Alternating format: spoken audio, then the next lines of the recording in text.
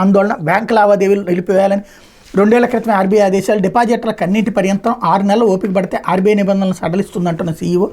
విజయవాడలో Durga cooperative urban బ్యాంకులో deposit చేసిన వారి పరిస్థితి ఆందోళనకరంగా మారింది. కాలపరిమితి ముగిసినా డిపాజిట్లను తిరిగి ఇవ్వకపోవడంతో డిపాజిటర్లు తీవ్ర ఆవేదన వ్యక్తం చేస్తున్నారు. ఎవరికి చెప్పుకోవాలో తెలియని స్థితిలో కన్నీటి పర్యంతం అవుతున్నారు.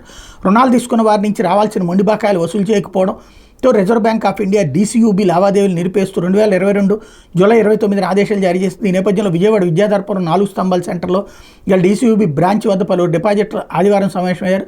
దాదాపు 92 ఏళ్ల చరిత్ర కలిగిన ఈ బ్యాంకుతో 40-50 అనుబంధం ఉన్నవారు 40-50 ఏళ్ళుగా అనుబంధం ఉన్నవాళ్ళు 6 లక్షల నుంచి 15 లక్షల వరకు డిపాజిట్లు చేశారు. వారికి సిపిఐ నగర కార్యదర్శి జి కోటేశ్వరరావు మద్దతుగా నిలిచారు. డిపాజిటర్లు ఒకరైన ఎస్ లక్ష్మీ కనకదుర్గ కుమారుడు సత్యకుమార్ మాట్లాడితే ఇక్కడ డిపాజిట్ చేసిన వారిలో అంతా 50-60 ఏళ్ళు పైబడిన వాళ్ళు అని తెలిపారు. ఓ మహిళ తన కుమార్తె వివాహ నిమిత్తం 7 లక్షలు డిపాజిట్ చేసిందని, ఆ మొత్తం తిరిగి ఇవ్వకపోవడంతో ఆమె పరిస్థితి దయనీయంగా మారిందని వివరించారు.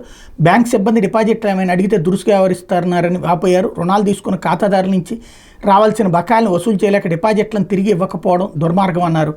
6 నెలల్లో కొలిక్కి రావచ్చంటూ బ్యాంకులో పెరిగిపోయిన మొండి బకాయిల కారణంగా ఆర్బీఐ లావాదేవీలు నిలిపేస్తూ ఆదేశాలు ఇచ్చిందని బ్యాంక్ సీఈఓ లంకా శ్రీనివాసరావు తెలిపారు. డిపాజిటర్లు ఇబ్బందులు పడుతున్న మాట వాస్తవమని, మొండి బకాయిలు ఉన్న వారి ఆస్తులను స్వాధీనం చేసుకుని వేలం ద్వారా వసూలు చేయాలని ఆర్బీఐ ఆదేశించిందన్నారు.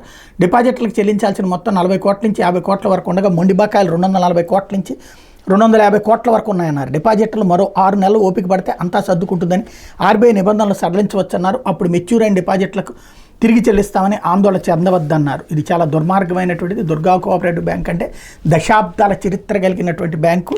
ఇదైతే కోఆపరేటివ్ బ్యాంక్స్ నమ్మలేని పరిస్థితి వస్తుంది ప్రజలు.